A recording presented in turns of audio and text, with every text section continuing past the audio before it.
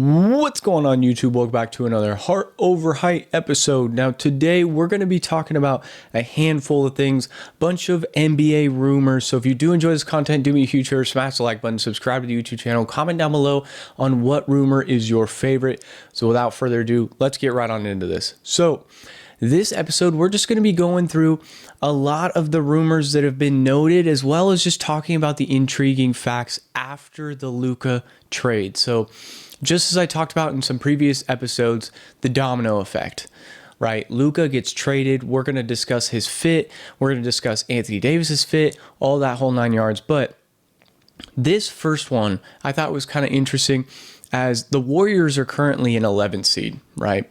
Only a few years left with Steph Curry, right? Draymond's a little bit older as well. So there's a huge rumor out there that the Warriors are interested in bringing back Kevin Durant. So you bring back the old squad of, what we would think would be Curry, Durant, Draymond.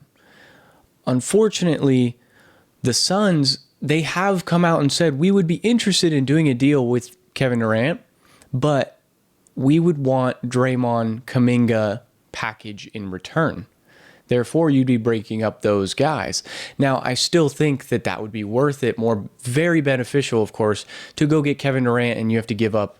Of course, this is not an exact 1-for-2 swap. This would be KD for, Draymond, Kuminga, probably centered around like a Gary Payton, just guys that make a lot of money to match that $51 million, as well as picks.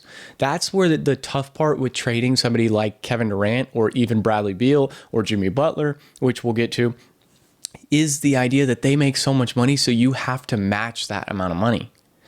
Now, I like that idea. On the Suns side, why you do it is you really have to believe that Kuminga can be something, one. Hopefully you're getting Kuminga and a Moses Moody or Podensky or picks, etc., right? And if you're getting picks, you need to make sure those are far out, like 2031, right? Go get that Warriors pick after Curry has retired, after KD's gone, all that, so that they're bad. And then your pick is good. Another rumor here that I want to talk about is Kyle Kuzma to the Bucks. It just recently surfaced that the Bucks are trying to do anything that they can to get this deal done. Kyle Kuzma going to Milwaukee. This would just be another offensive punch for them, a package centered around Chris Middleton. Chris Middleton just been injured. Of course, the Wizards have tons of cap room to take in as they traded away. They have some like $12 or $14 million trade exception that they can take in a big contract, so they can actually be one of these 3-team facilitators to absorb a big contract. If like a Bradley Beal or a Jimmy Butler does get traded, they're an opportunity for a landing spot. Now, of course, with Bradley Beal, if he gets traded, he has to accept it. Right now, with Luka being traded, we saw basically nobody is untouchable except for those that have no trade clauses. Bradley Beal being one of those players. Now, he's somebody that it's extremely interesting in the fact that he doesn't want to just leave if he doesn't have to, right? He wants to go to a place, if he's going to leave, that he feels as if he can go and win. Now, if I'm him in this situation with all the slander and everything, I think it's about time that he should come out and say like, hey, I want to go to this team. I'm kind of done with Phoenix fans. They've already gone at my family, all that whole 9 yards. So let's go find me a spot. Maybe I do go back to Washington, although it's not necessarily the most ideal spot, that the winning and all that is not necessarily there, or even a Miami. Someplace that's a little better than Washington for sure, win-wise. And the organization itself is built better as a whole than what Washington has been able to build thus far. But that's just something Bradley has to come forth. And even if the Miami Heat would want a return of Bradley Beal. But yeah, I thought Kyle Kuzma to the Bucks was quite interesting. I don't love the fit over there, except for the idea of him being back to a stretch, spread the floor kind of guy where he runs the 3 option, I guess. He's more of that 3-4 option, but he runs that position where he's able to kind of just space the floor and pick shots. The one if I do have about this is what is up with him and the idea that he wants to just focus on him, and not looking at developing those young guys. That worries me going anywhere else. It's the same thing with Jimmy Butler and nixing each and every trade, no matter kind of where they are. That bothers me because it's like, why as an organization would I want to go trade for a guy that is telling me, hey, is saying to their organization currently, hey, I don't necessarily want to be here for the short stint. Let's say Giannis gets injured or Dame gets injured and the season's kind of a wrap. Kyle Kuzma doesn't want to give his minutes up for these younger guys, which I understand. He's playing for contracts and we're playing for, he's playing for his job. But at the end of the day, too, like, you got to look at what's best for the team as well. Not only is it about you, but, Kyle Kuzma, and if I'm Washington, I'm looking to get rid of him because of this very reason. We're in rebuild mode. We want draft capital back. We don't want to win games right now. We want to lose and hopefully get Cooper Flag in the NBA draft, right? So why we don't want to deal with this ideology of like, hey, I'm gonna get mine. I don't care about anybody else kind of thing. That brings up the idea of where does Jimmy Butler go? Phoenix has obviously been rumored. I think that the fit there with him, Booker, and KD does make sense. Again, the point guard issue, of course, they have Tyus Jones now, but the point guard issue is the idea that there's only one basketball, right?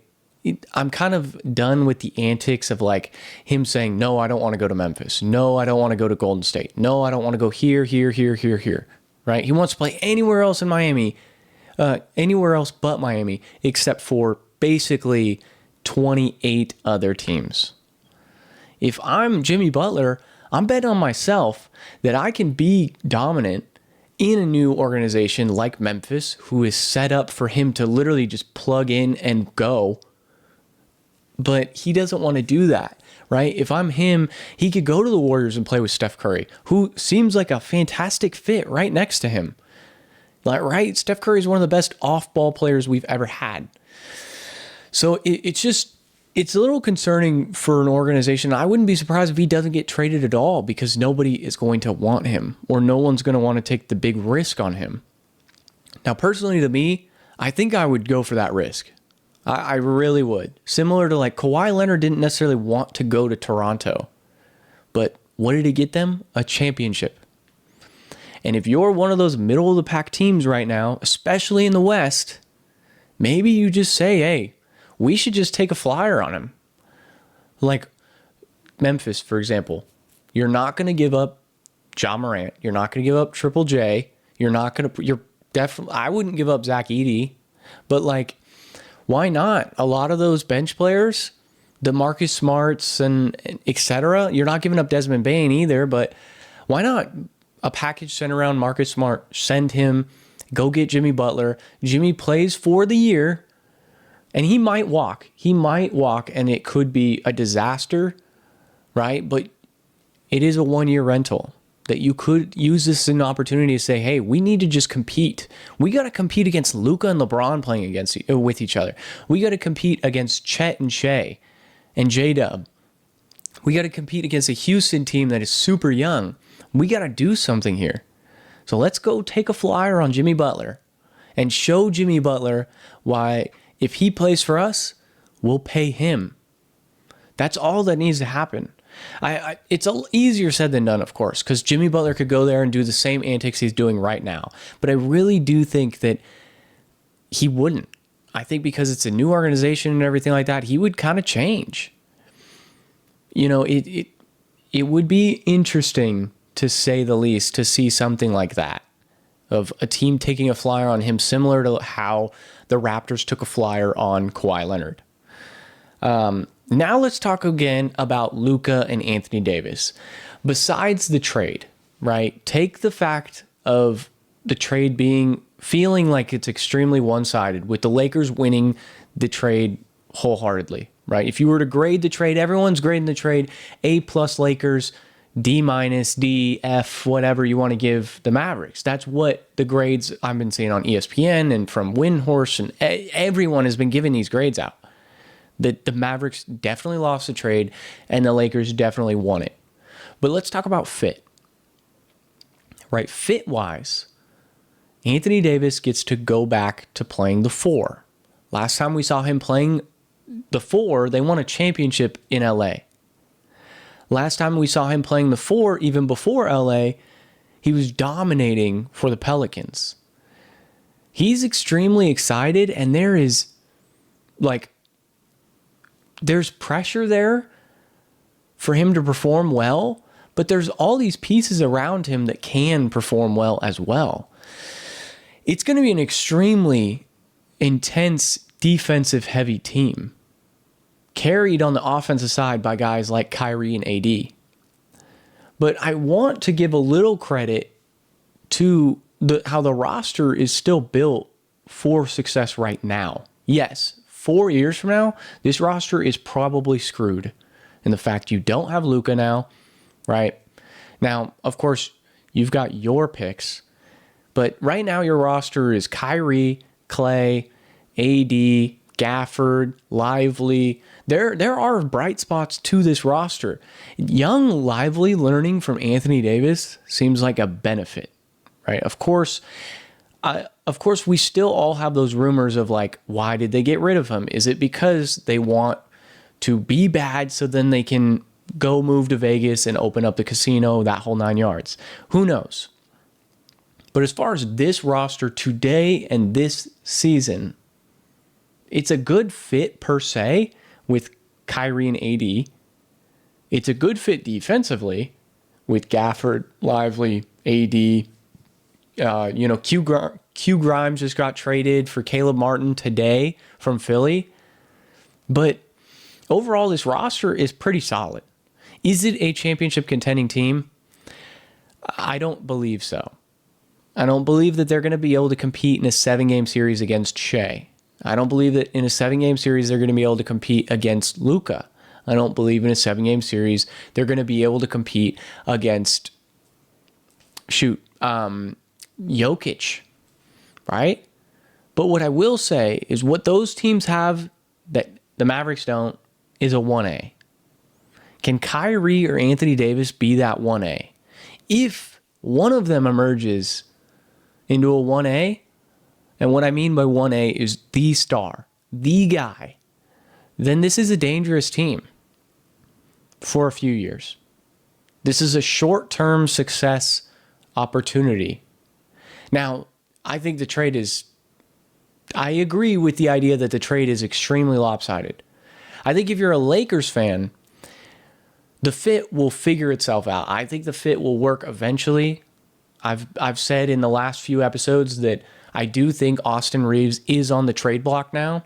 I think him paired with that first round pick that they have and maybe Dalton Connect can go get you that serviceable center that you need, a Jakob Poeltl or a Mitchell Robinson, a Nicholas Claxton, somebody like that. I do think that that's out there.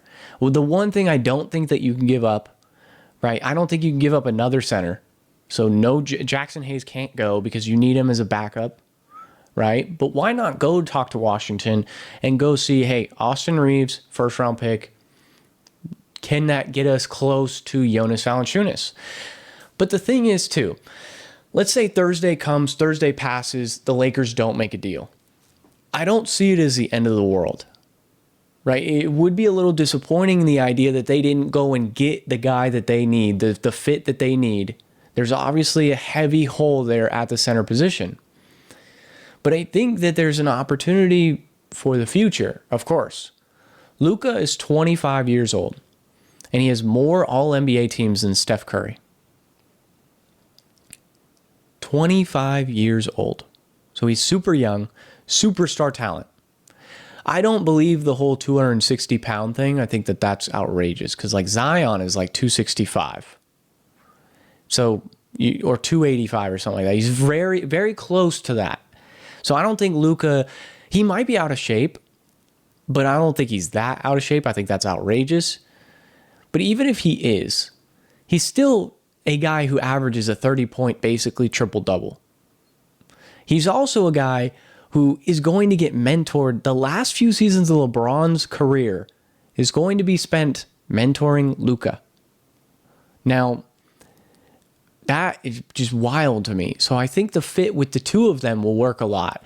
And I was listening to a podcast in hearing the idea that LeBron should play the 4, and then you run a lot of screen and roll with Luka and LeBron. Just the IQ between the two of them and what they would be able to do if they're constantly running pick and roll together, I think is just out of this world. The things that they would be able to come up with, the packages they would be able to come up with. It's just a matter of, can you get the supporting cast around them? You don't need anything crazy. Like I'm saying, Jakob Poeltl, I think, is fine. Jonas Valanciunas, I think, is fine. Yusuf Nurkic will do. Robert Williams will do. I would stay away from Robert Williams. Honestly, his injury history concerns me a little bit, and that's coming from a Celtics fan who was sad to see him go, of course. But as far as he goes, he will do, because you still have Jackson Hayes sitting there. Now, another thing, too, is let's say again that they don't make a trade and you're running Jackson Hayes as your starting center. PJ Washington was not having a great season when Luka got him. Daniel Gafford not having a phenomenal season when they got him. And then what did Luka do? I mean, Daniel Gafford almost broke Wilt Chamberlain's record for consecutive shots without a miss. Consecutive makes without a miss. That's what I'm saying. So with that, what can he do with Luka? Right? What Jackson Hayes is already a lob threat. Daniel Gafford was a lob threat. Derek Lively was a lob threat. It's similar to like DeAndre Jordan with Chris Paul versus DeAndre Jordan without Chris Paul.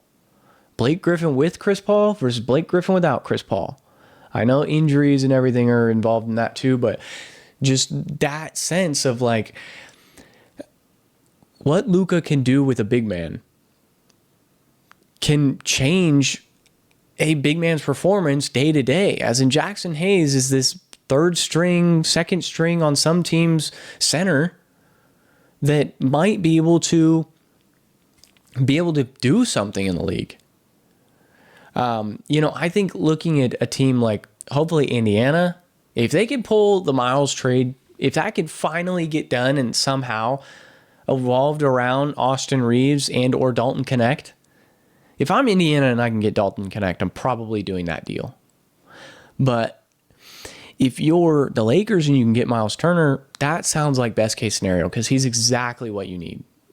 Run, he'll protect the rim. He can space the floor. Let Luka and LeBron do his thing. He doesn't demand the ball. He sets screens, whole 9 yards. That is what's interesting about these trade deadline talks.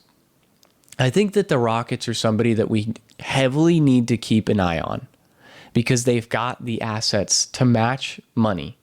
Fred VanVleet makes $42 million this year, meaning Kevin Durant making 51, the gap is already a lot closer than somebody like him tied to a trade to the Warriors, right? Because you have to throw in so many assets. If you're the Warriors, you have to throw in Draymond or Wiggins or Draymond and Wiggins, Kuminga, etc.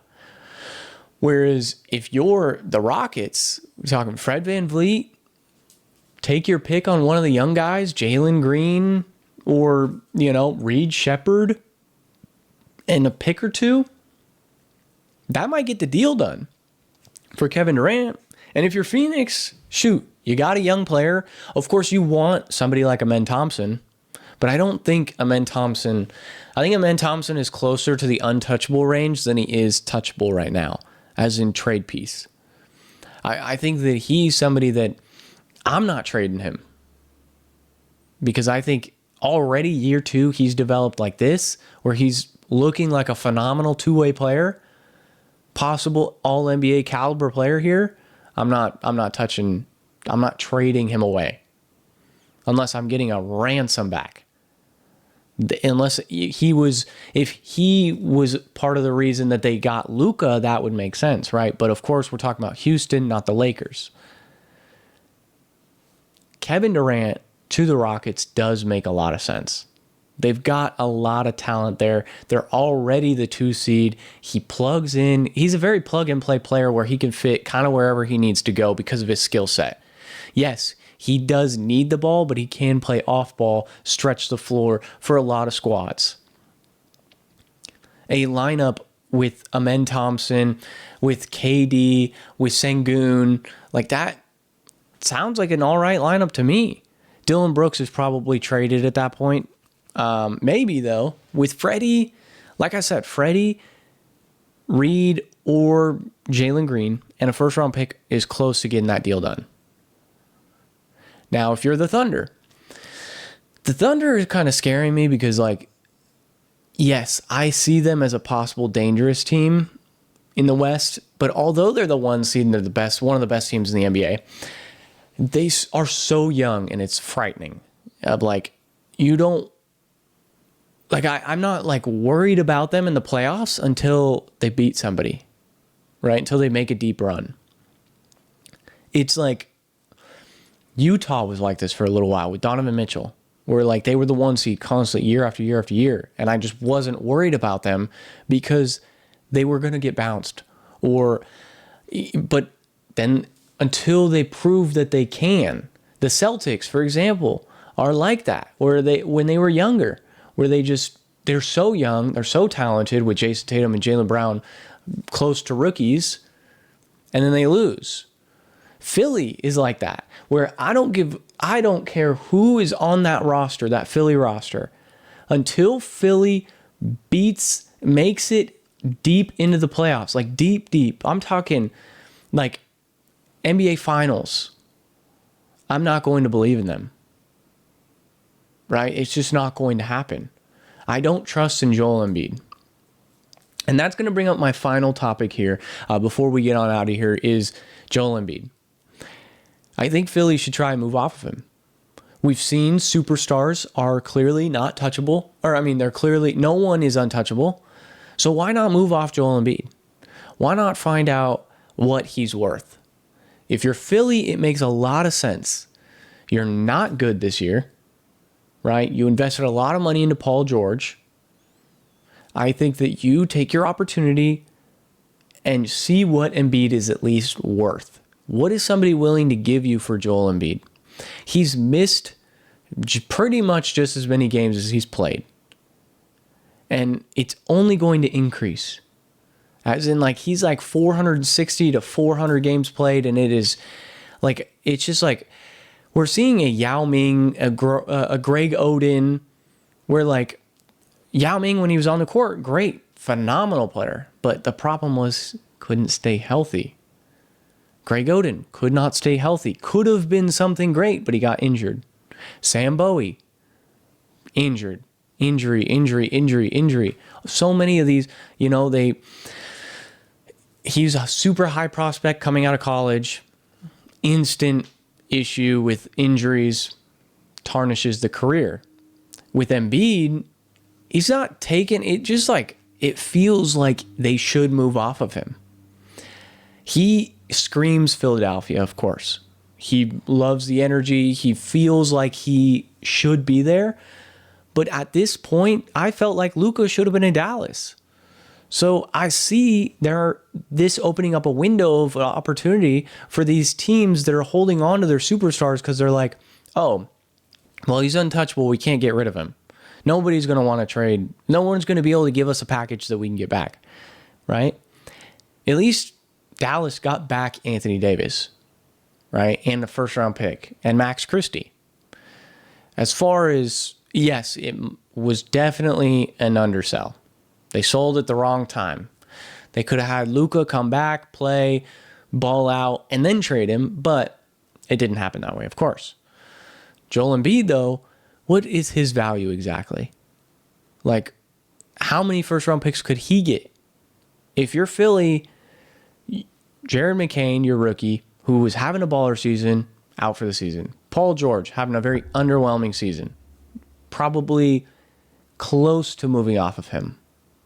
I know it's only been half a season with him, but you paid him a lot of money. I think that I'm saying by the next deadline, not this one that we're seeing in a couple days, but the next deadline, maybe you look at, or even the offseason, if it's still an unsuccessful season by the end of the season where you just don't make the playoffs or you get eliminated in the play-in or something like that, you got to move off Paul George. I think that would show you enough of what you need to see. He doesn't fit with Embiid and Tyrese Maxey. Tyrese Maxey is your future. But Tyrese Maxey is getting anchored by the fact that Embiid is still on this roster. That you're going all in every year on Embiid when maybe we should take a gap year, trade Embiid for some assets, a Devin Booker, a Kevin Durant, somebody like that. Jimmy Butler, even. Why not? He doesn't scream Heat culture, but Jimmy back in Philly has been rumored. Why not make it happen, but with Embiid? So, all right, guys, let me know what you guys think about in the comments down below.